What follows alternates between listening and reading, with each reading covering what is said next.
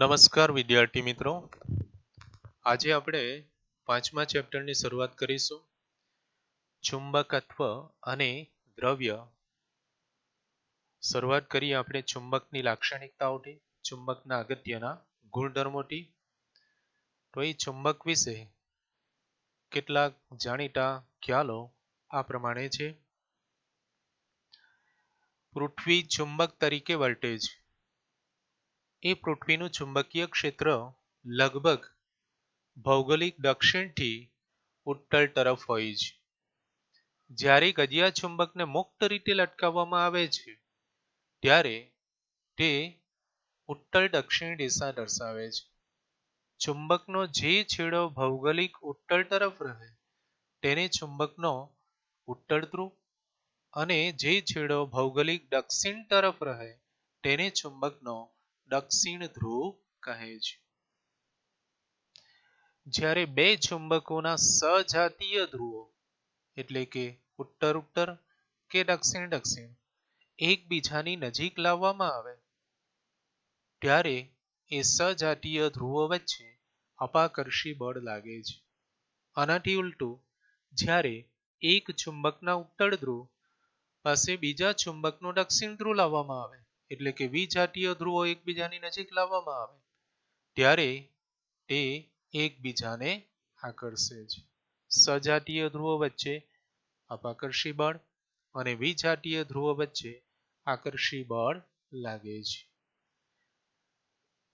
ગજિયા ચુંબકના ઉત્તર ધ્રુવ કે દક્ષિણ ધ્રુવને અલગ પાડી શકાતા નથી. મીન્સ કે એક ગજિયા ચુંબકના આપણે એક કરતા વધારે ટુકડા કરી નાખીએ તો એ દરેક ટુકડો ફરી પાછો ચુંબક તરીકે વર્તે છે અને દરેકના સ્વતંત્ર ઉત્તર અને દક્ષિણ ધ્રુવો હોય જ છે. એટલે કે જો ગજિયા ચુંબકના બે સમાન ટુકડા કરીએ તો આપણને આવા જ બે ગજિયા ચુંબક મળે છે જેમના ચુંબકીય ગુણધર્મો થોડા નબળા હોય છે. વિદ્યુત ભારોના કિસ્સાથી વિરુદ્ધ સ્વતંત્ર ઉત્તર ધ્રુવ કે દક્ષિણ ધ્રુવ એટલે કે ચુંબકીય એક ધ્રુવીઓ મેગ્નેટિક મોનોપોલ અસ્તિત્વ ધરાવતી નથી. લોખંડ અને તેની મિશ્ર ધાતુઓ માટે એલોય્સ માટે ચુંબકો બનાવી શકાય છે. આ રીતે આ ચુંબકના આપણે પ્રાથમિક ખ્યાલો યાદ રાખીશું. ચુંબક વિશે પ્રાથમિક એના જે ગુણધર્મો છે એ આપણે યાદ રાખીશું કે પૃથ્વી ચુંબક તરીકે વર્તે છે, જેનું ચુંબકીય ક્ષેત્ર ભૌગોલિક દક્ષિણથી ઉત્તર તરફ હોય, મુક્ત રીતે ભ્રમણ કરી શકે તે રીતે ચુંબકને લટકાવવામાં આવે તો હંમેશા એ ઉત્તર દક્ષિણ દિશામાં સ્થિર થાય છે. જ્યારે બે ચુંબકોના સજાતીય ધ્રુવો એકબીજાની નજીક લાવવામાં આવે તો તેમની વચ્ચે અપાકર્ષી બળ અને વિજાતીય ધ્રુવો વચ્ચે આકર્ષી બળ લાગે છે. ગજિયા ચુંબકના ઉત્તર કે દક્ષિણ ધ્રુવોને અલગ પાડી શકાતા નથી અને લોખંડ અને તેની મિશ્ર ધાતુઓ માટે ચુંબકો બનાવી શકાય છે. અહીં ચુંબકના સંદર્ભમાં એ ચુંબકની ચુંબકીય ક્ષેત્ર રેખાઓની કેટલીક લાક્ષણિકતાઓ જોઈશું. પરીક્ષા માટે અગત્યનો પ્રશ્ન. ચુંબકીય ક્ષેત્ર રેખાઓની લાક્ષણિકતાઓ. પહેલા ચેપ્ટરની અંદર આપણે વિદ્યુત ક્ષેત્ર રેખાઓની લાક્ષણિકતાઓ શીખી ગયા. અહીં આપણે ચુંબકીય ક્ષેત્ર રેખાઓની લાક્ષણિકતાઓ યાદ રાખીશું. તો એના માટે આકૃતિ ધ્યાનમાં લઈશું.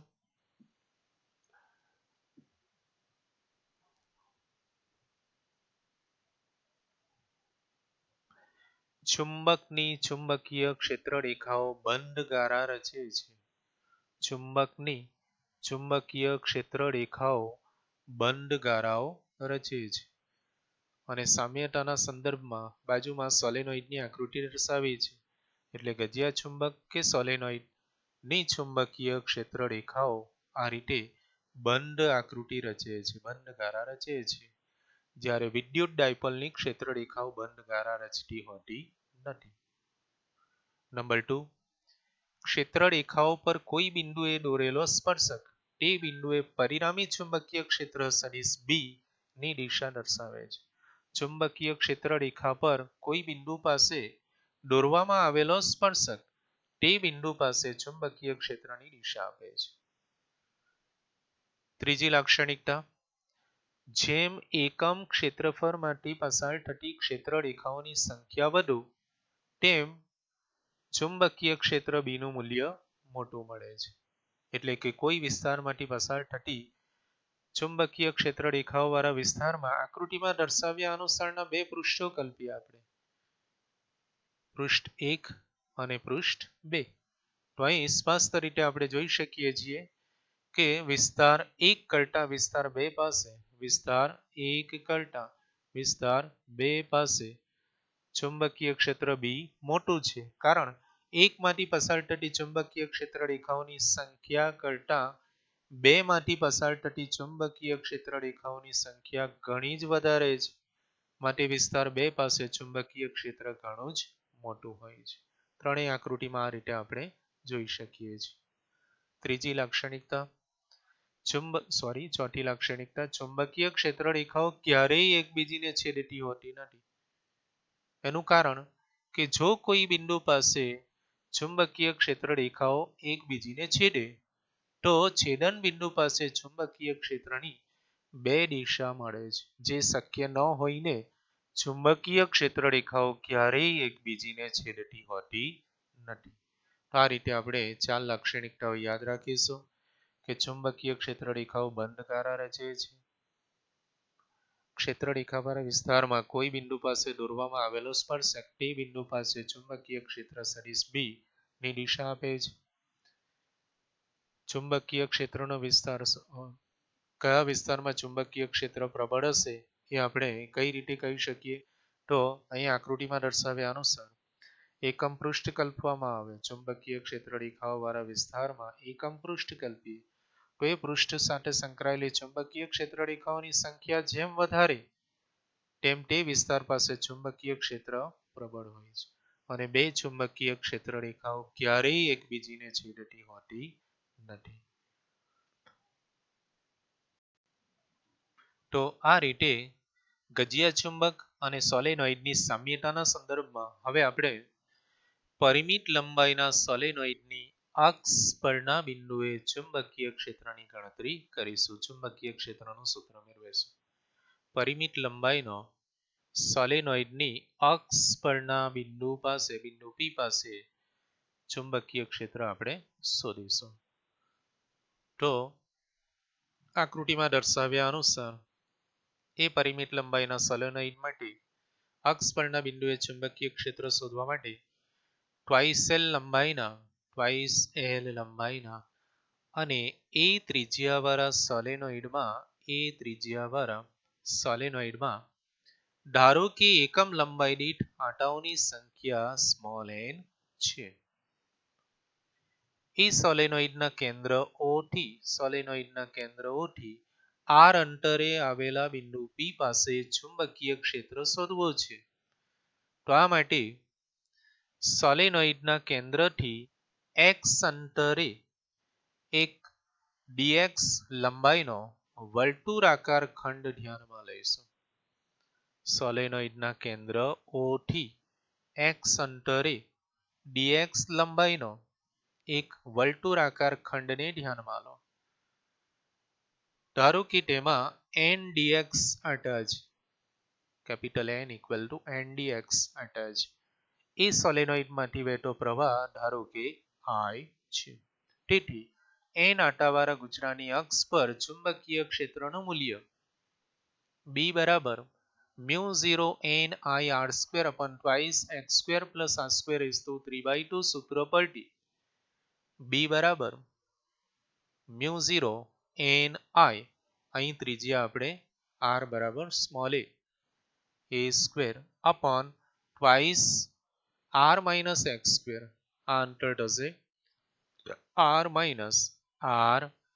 minus x, dx બરાબર r minus x whole square plus x² raised to 3/2 માટે B બરાબર μ0 n dx I a² upon twice r minus x² plus a² raised to 3/2.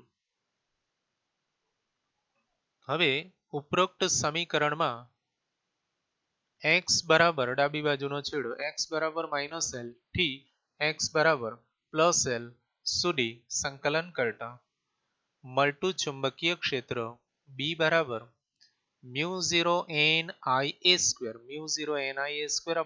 અચળ integration of -l to +l dx upon r - x² plus square raised to 3/2 સમીકરણ 1.